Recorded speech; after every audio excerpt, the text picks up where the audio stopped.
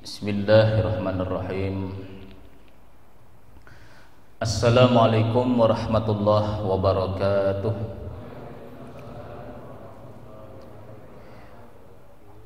Bismillahirrahmanirrahim. Alhamdulillahilladzi faqahana fid-din wal 'aqibatul lil muttaqin wala 'udwana illa 'alal zalimin. Asyhadu an la ilaha illallah wahdahu la syarikalah wa asyhadu anna sayyidana wa nabiyyana Muhammadan abduhu wa rasuluhu la nabiyya ba'dah. Allahumma salli wa sallim wa barik ala sayyidina wa maulana Muhammad wa ala alihi wa ashabihi wa man tabi'a hudah ila yaumiddin, amma ba'd. Jemaah Masjid Jami'atul Ummah yang dirahmati Allah Subhanahu wa taala, puji dan syukur senantiasa kita panjatkan kepada Allah melalui rahmat, taufik dan hidayahnya yang diberikan kepada kita semua.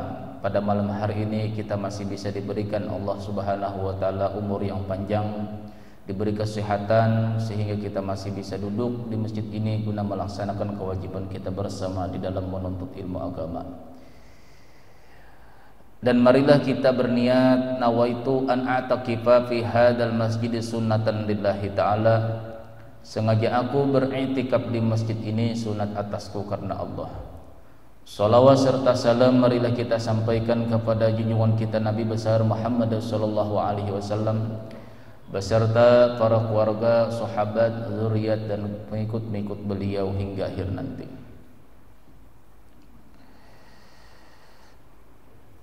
Wa min asma'il husna al-Ghaffar. Di antara asmaul husna lagi nama-nama kebaikan bagi Tuhan kita yaitu al-Ghaffar, yaitu adalah sifat al-Ghaffar. Yang ke-15 daripada asmaul husna yaitu sifat al-Ghaffar. Allah yang bernama al-Ghaffar. Imam Ghazali rahimahullahu ta'ala menterjemahkan, menafsirkan daripada arti al-Ghaffar itu adalah huwallazi azharal jamila wa satara alal qabihi wa dzunubi min jumlatil qabaihi allati sataraha bi isbali sitri 'alaiha fid dunya wa tajawuzi an 'uqubatiha fil akhirah. Huwallazi azharal jamil. Arti Al-Ghaffar Maha Pengampun itu adalah huwallazi azharal jamil. Dialah yang menampakkan sifat eloknya. Wasatara 'alal qabihi, dan bukan sekadar menampakkan keelokannya di alam ini, Allah Subhanahu wa taala pun menutupi segala sesuatu alal qabihi, terhadap yang jelek-jelek, yang tidak bagus dipandang mata.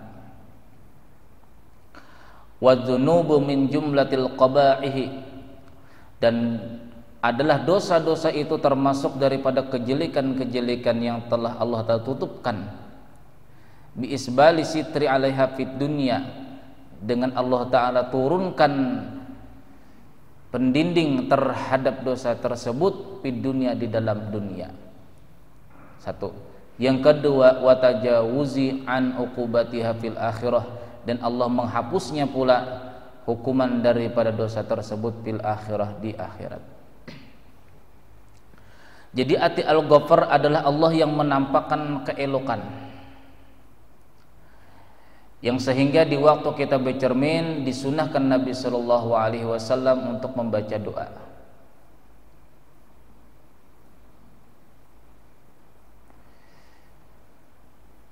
Alhamdulillahilladzi, apa bacanya? Kadang lupa juga. Fahasin khuluqi.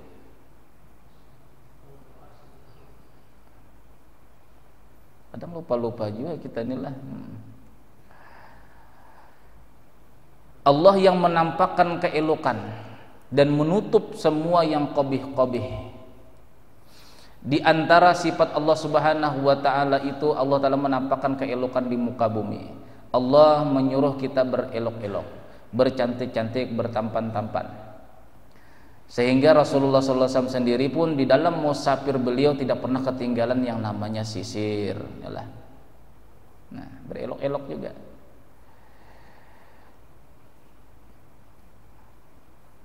Dan Allah menutupi segala yang jelek-jelek. Contoh, di dalam tubuh kita ada kotoran. Yalah, ada tai, ada air seni. Dibungkus Allah Ta'ala dengan kulit. Itu Allah menutupi yang jelek-jelek. Coba misalnya lah kita makan, lalu kelihatan tenggorokan kita nih mengalir ke bawah begini. Apa transparan ke bahasa kita sekarang lah? Transparan. Tembus makan sate kunyah-kunyah, kelihatan tenggorokan kita, satenya turun ke bawah sampai ke usus mengalir, putar sampai menjadi kotoran. Ditutup Allah Ta'ala yang kejelekan tersebut. Coba, bukan sampai di situ saja. Tubuh kita, tubuh baik laki-laki ataupun perempuan, disuruhkan Allah Ta'ala untuk ditutup. Coba manusia bertelanjang semua, aib lah, aib. Lalu disuruh kita, diwajibkan kita untuk menutupnya. Laki-laki auratnya mulai pusar sampai lutut bagi Imam Syafi'i. Adapun bagi Imam Malik mulai kemaluan sampai ke pusar. Jadi boleh aja bersimpakan Pak, pakai simpak keliling di RT misalnya itulah. Itu mazhab Imam Malik. Adapun mazhab Imam Syafi'i itu mulai pusar sampai lutut. Jadi bukan sekedar Allah Ta'ala menyuruh kita ini untuk menutup aurat. Ternyata di sana Allah Ta'ala ingin dipandang bahwasanya dirinya lah yang maha elok, dirinya lah yang menutupi segala kekurangan-kekurangan, menutupi segala sesuatu yang jelek-jelek di tubuh kita. Ini pada segi zahir. Pada segi zahir Allah menciptakan kulit lah untuk membungkus semua yang tidak bagus di dalam tubuh kita. Coba misalnya usus keluar daripada perut, bagus tadi lihat, tidak bagus. Makanan kita kelihatan transparan tubuh kita ini, bagus tidak bagus. Nah, Allah Ta'ala menciptakan makhluk yang namanya manusia lah, namanya manusia sepaling bagus kejadian, ditutup Allah Ta'ala yang tidak bagus. Bukan sampai di situ, Allah Subhanahu wa Ta'ala pun memiliki sifat yang nama jamil. Allah Ta'ala yang maha elok.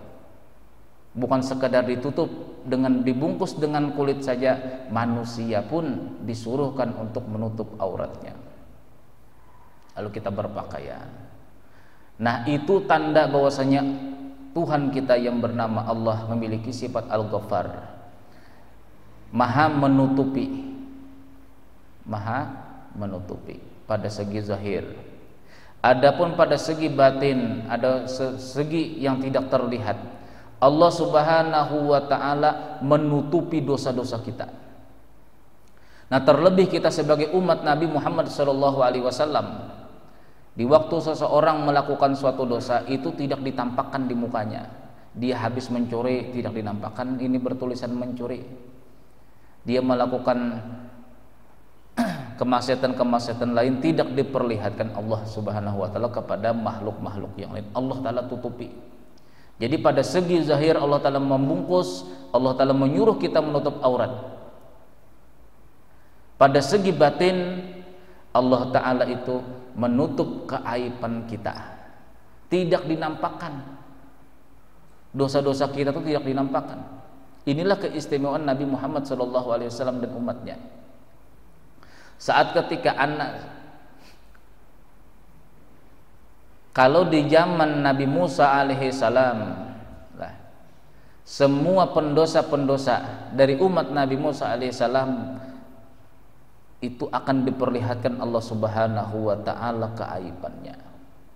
Misal malam mencuri di rumah si Anu, malam selingkuh ke rumah si Anu, besok paginya itu tertulis di depan pintu rumah, malam tadi aku berselingkuh dengan ini, malam tadi aku berjudi ini, malam tadi aku begini. Itu umat Nabi Musa.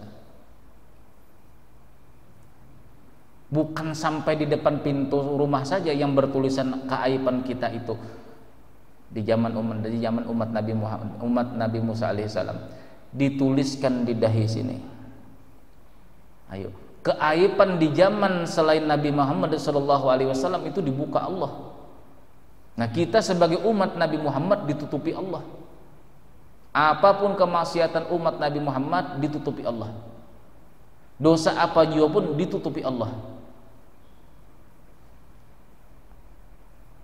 Nah, jadi ati al-Ghaffar itu adalah Allah Ta'ala menutupi yang tidak bagus. Lalu dimaknailah Allah Ta'ala itu Maha Pengampun.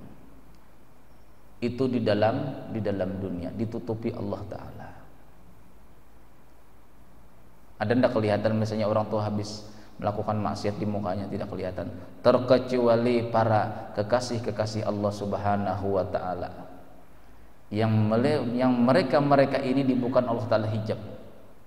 Namun mereka yang memiliki kekasapan seperti inilah itu akan berkekalan kekasapan tersebut apabila mereka tidak yang namanya membuka keaiban seseorang itu di tengah orang banyak. Bila dia membuka keaiban itu di tengah-tengah orang banyak, kekasapannya tersebut dibukanya di tengah-tengah orang banyak, itu namanya kasab syaitan. Kenapa? Orang yang kasab dibukakan hijab oleh Allah bisa melihat keaiban seseorang, itu pun mereka adalah melakukan sesuatu hal-hal yang makruh, lalu tertutup matanya, tidak bisa melihat.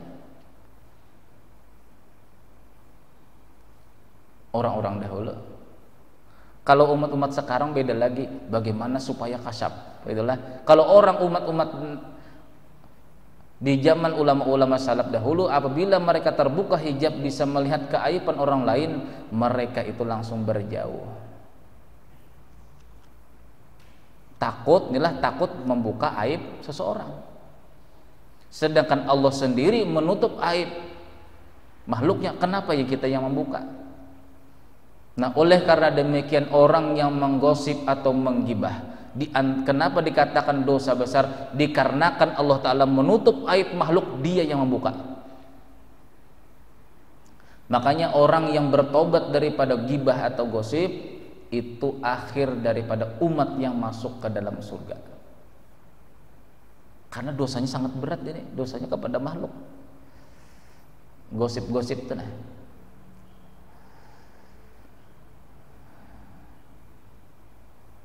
Jadi Allah yang menutup, kenapa manusia banyak membuka? Beda misalnya lah, arti aib itu kan artinya sesuatu yang kurang. Nah, sesuatu yang kurang dan patut ditutup. Tetapi ada suatu keburukan lah yang boleh kita ceritakan. Misalnya orang itu tidak tahu malu lagi Pak dengan dosanya. Kita ceritakan tidak apa-apa, misalnya orang itu korupsi, misalnya orang itu penipu, lalu kita ceritakan kepada orang-orang supaya orang yang kita ceritakan ini berhati-hati dengan si penipu tadi supaya jangan kena tipu lagi. Imam Ghazali di dalam kitab Sirajul Thalibin itu mengatakan ada 6 gibah yang diperbolehkan. Artinya boleh kita ini membuka aib inilah. Di antaranya kita melaporkan seseorang yang melakukan kezaliman terhadap orang lain. Kita laporkan ke polisi, orangnya ini.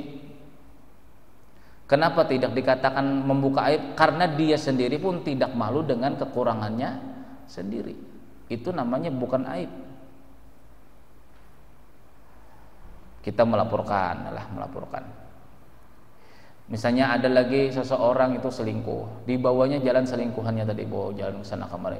Berarti dia itu membuka aibnya sendiri. Kalau dia membuka aibnya sendiri, berarti itu bukan hukum aib. Boleh tidak kita menceritakan kepada orang lain? Boleh. Karena dia sendiri sudah membuka keaiban tadi, bukan aib lagi apabila itu dilakukan secara terang-terangan. Nah, bagaimana dengan seseorang yang selingkuh, yang tahu kita sendiri, suaminya kasihan nih lah. Kalau tidak kita ceritakan, suaminya ini kasihan, istrinya selingkuh. Nah, kewajiban kita boleh menceritakan cuma kepada suaminya, kepada orang lain tidak boleh. Tidak boleh.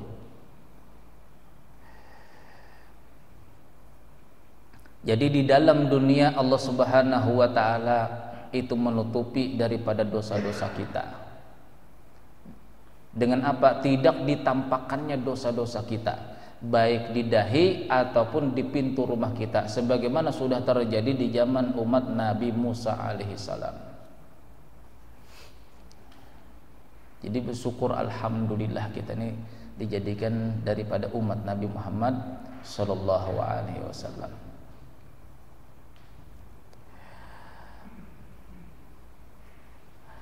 Yang kedua, pada segi batin lah, Allah Ta'ala itu bukan sekedar menutupi keaiban kita daripada makhluk-makhluknya sehingga kita tidak malu untuk bersosialisasi, bersosial, bermasyarakat.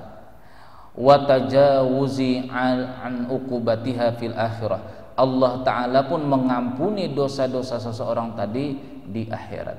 Bisalah, bisa.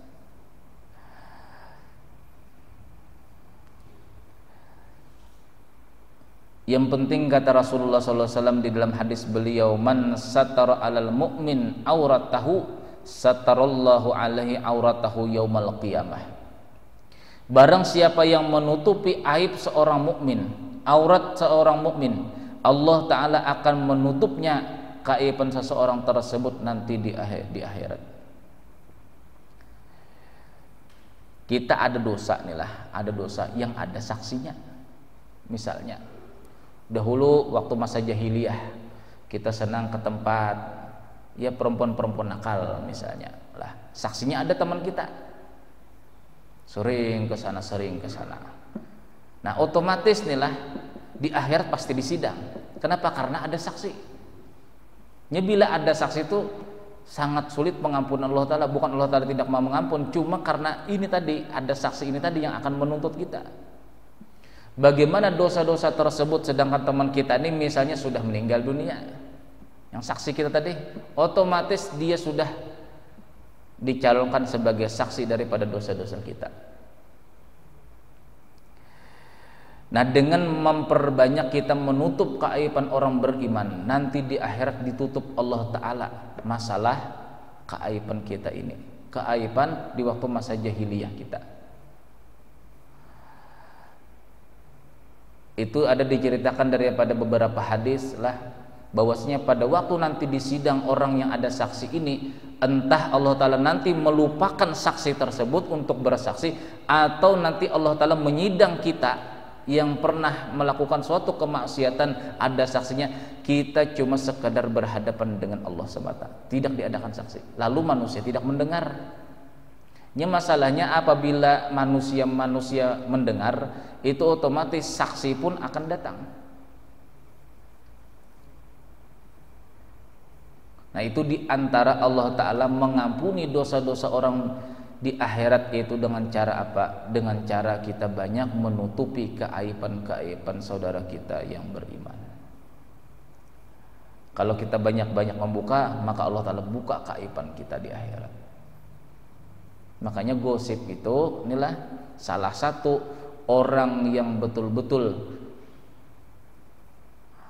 berani dengan Allah Subhanahu wa Ta'ala. Allah Ta'ala menutup keaiban kita, mulai keaiban secara zahir ditutup Allah, dibungkus Allah Ta'ala dengan sifat jamalnya, sifat keelokannya, sehingga kita diwajibkan untuk menutup aurat, sehingga kita disunahkan untuk berpakaian-pakaian rapi. Kita sebagai makhluk seperti ini berani dengan Allah membuka keaiban orang. Kan berani dengan Allah tuh, berani dengan Allah.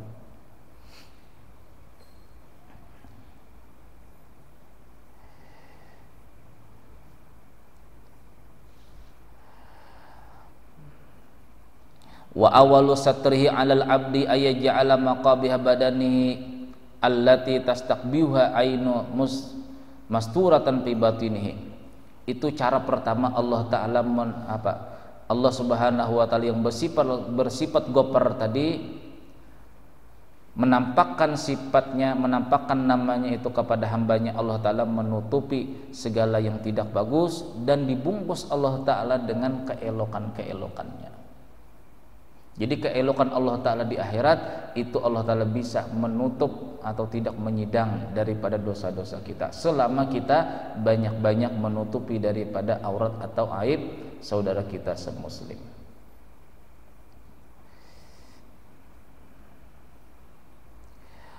Wasitruhu sani, jalan kedua. Jadi di dalam dunia ini jalan kedua Allah Subhanahu wa taala yang bersifat Al-Ghaffar, Maha Pengampun, menutup segala keaiban dan mendatangkan dengan keelokan.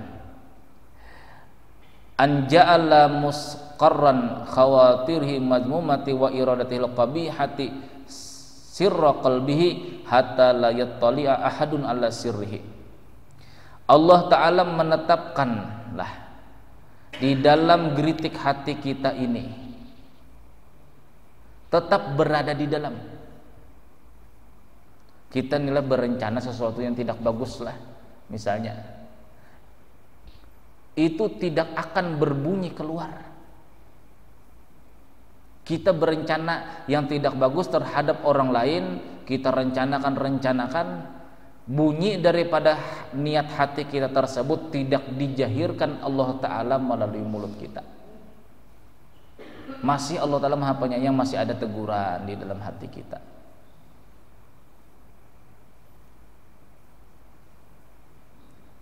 Hatta la yataliya ahadun ala sirrihi, sehingga tidak bisa melihat, tidak nampaklah oleh seseorang ala sirrihi, atas daripada rahasia hatinya. Makanya kita sholat fardu kifayah atau sholat jenazah itu kenapa 4 takbir?